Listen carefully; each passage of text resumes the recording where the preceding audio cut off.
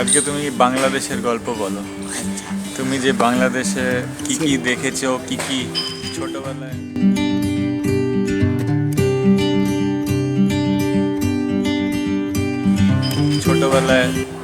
আর কি কি স্কুলে করেছো? গেছি, হ্যাঁ, আবার অন্য বাচ্চাদের নিয়ে আসতাম ওদের বাড়িতে। আমাদের টিচারও বলতো যাও ওই বাড়ি বাচ্চা নিয়ে আসো।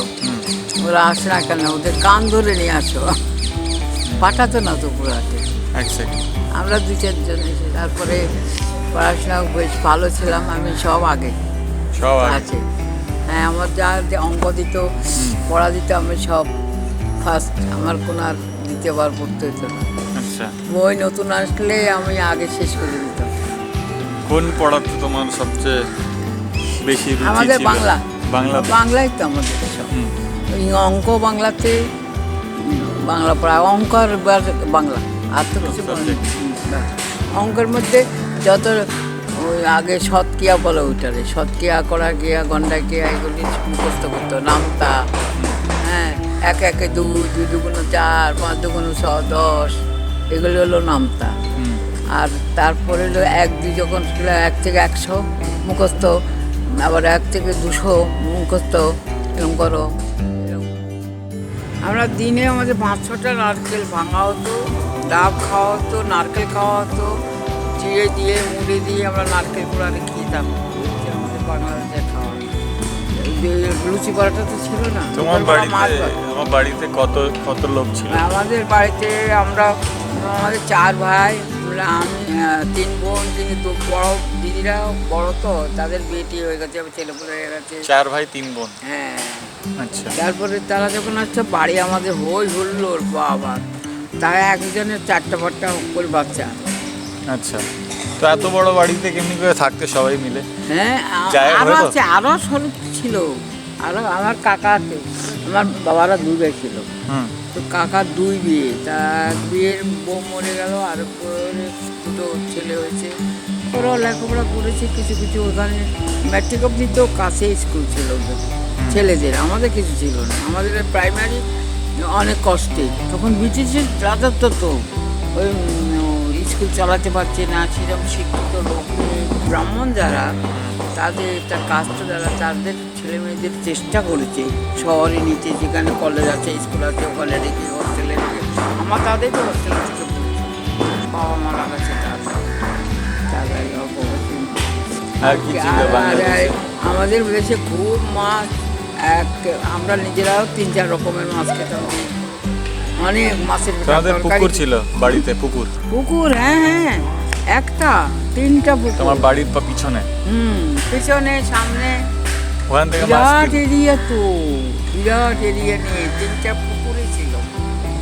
একটা ছানের, একটা মানে জল খাওয়ার, বুড়ান দোকানে ছান করতো, জল বলেন। আর একটা হলো বাটন টাটন মাজা, আরেকটা হলো মাছ নৌকো এসে ভিড়ত, খালের সঙ্গে ঝুলছিল। ওতে কি মাছ, কি মাছ বাবা, পুরো মাছ, জাল দিলে মাছ উঠে, এই বড় বড়। তারপর ওই মাছটাই খেতে? হ্যাঁ, খুব খেয়েছি। মাছ ছাড়া তো ভাতে আমাদের নোয়াখালী সবচেয়ে বেশি মাছ। সব জায়গায় মাছ, সব জায়গায় মাছ। আর মানে কি বাজার যেত। আর কি ফেমাস নোয়াখালীতে? নোয়াখালীতে নারকেল ফেমাস। নারকেল? হ্যাঁ, আচ্ছা। মাছ ফেমাস।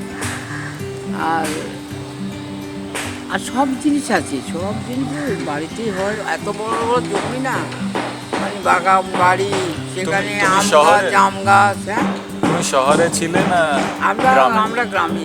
গ্রামে ছিলে? গ্রামে, তাই তো এত বড় বাড়ি। ও আচ্ছা আচ্ছা।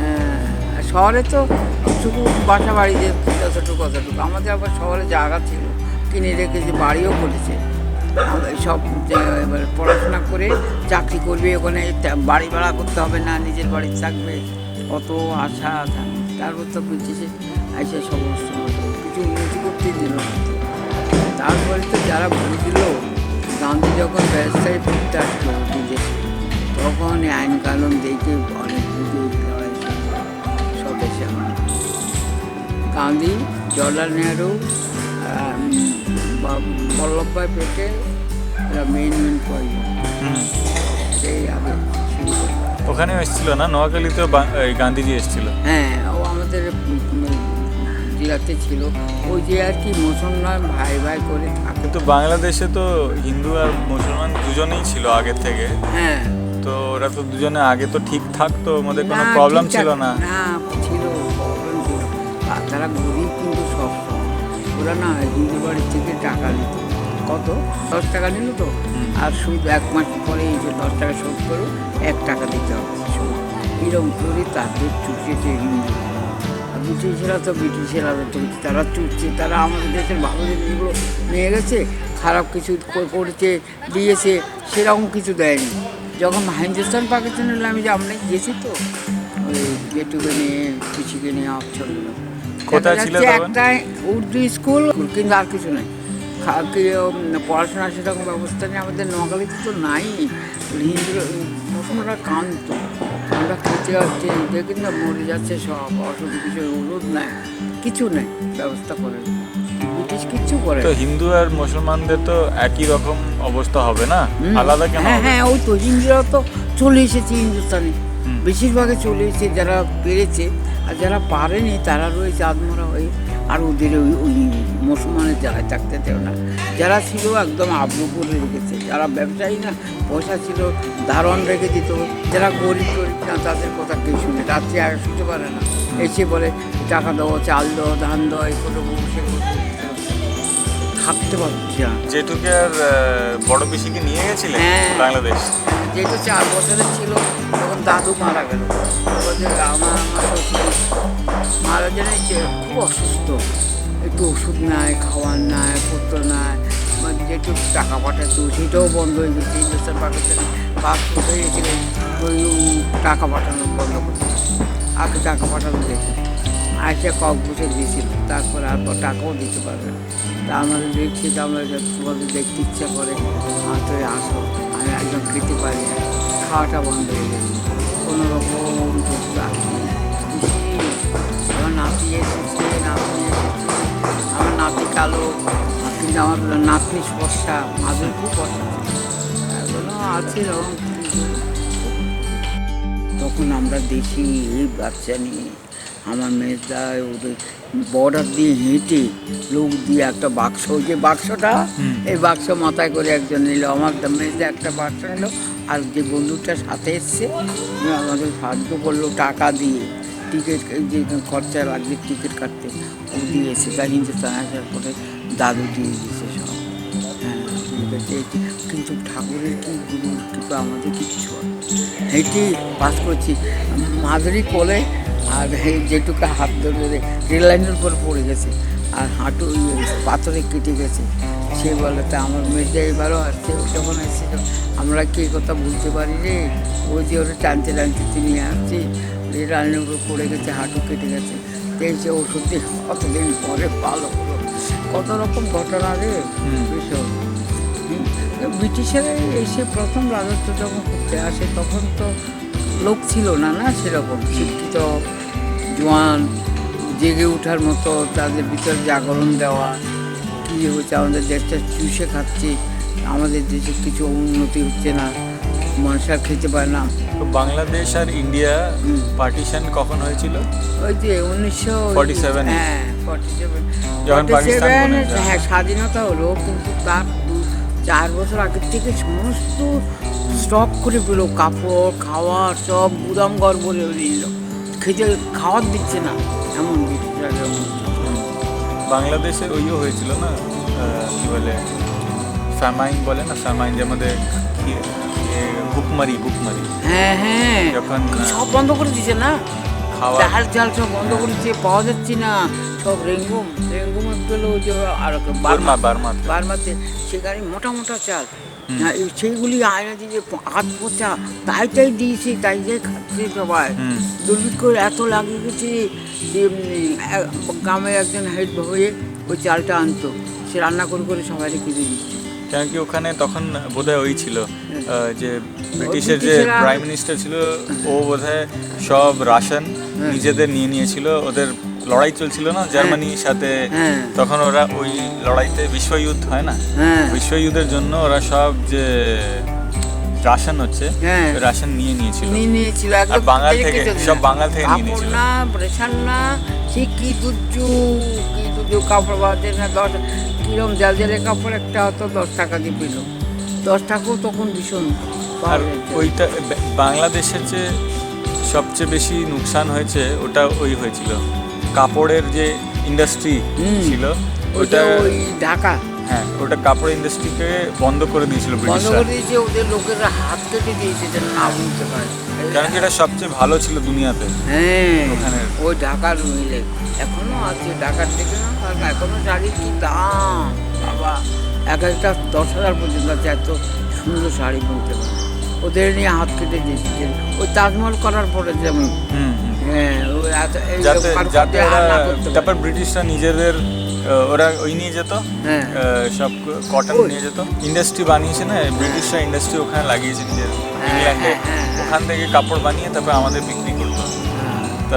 তারপরেই তো ওই বললো না গান্ধীজি কি আর আমরা এদের কাপড় আর পরবো না, কাপড় কেন কি ওরা এখানকার যে ইন্ডাস্ট্রি ছিল আগে বাংলাদেশে এইসব যে কাপড় বানাতো ওগুলো আগে বন্ধ করে দিয়েছিল, ইয়া ট্যাক্স লাগিয়ে দিয়েছিল ওর উপরে, খুব বেশি ট্যাক্স দিয়ে দিয়েছিল, তো এই জন্য ওইগুলো বন্ধ হয়ে গেল ধীরে ধীরে।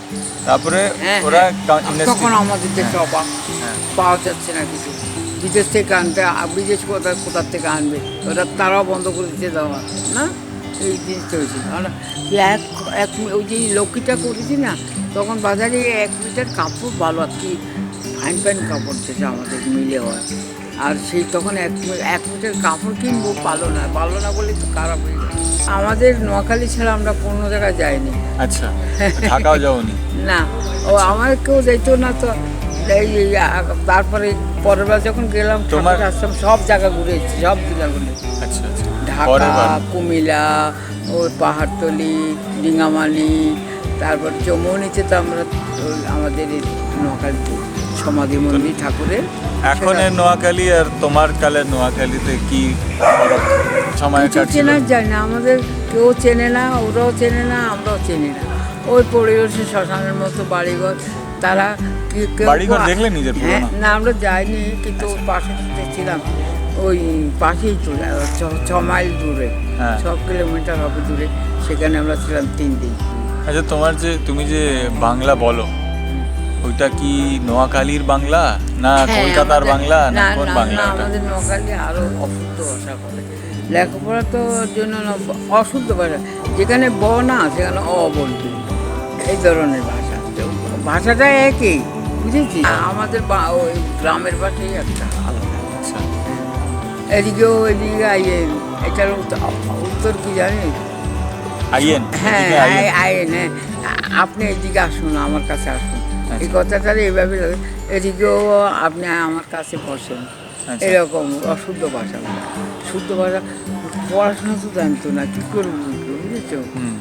তারপর যে আস্তে আস্তে যখন ছেলেপেলেরা, ব্রিটিশের আমাদের স্কুল ছিল কিছু, হাই স্কুল, তারপর দেশের মানুষের দেশের টিচার পড়াশোনা করেছে।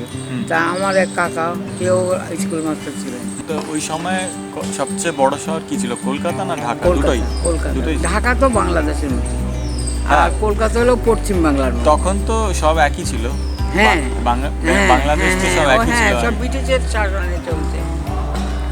তখন কোনো ওই থোড়ি ছিল কি এটা হিন্দুস্তান এটা পাকিস্তান? না, ওই দেশের টাকাটা যে 44 সালে হইতো, 44 সালে লড়াই করে 47 সালে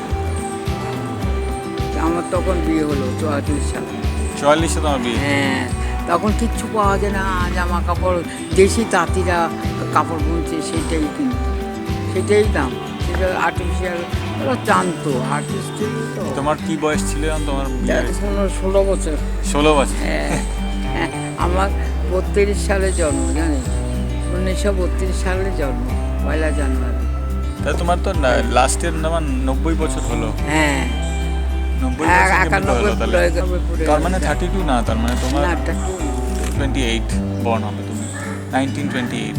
হ্যাঁ, তখনই গিয়ে তোমার হ্যাঁ, হ্যাঁ, 90 হলো না? ওই ওখানে 1928 হবে। 28 তুমি তো 1 জানুয়ারি। 2018-তে 90 পুরো হলো তোমার।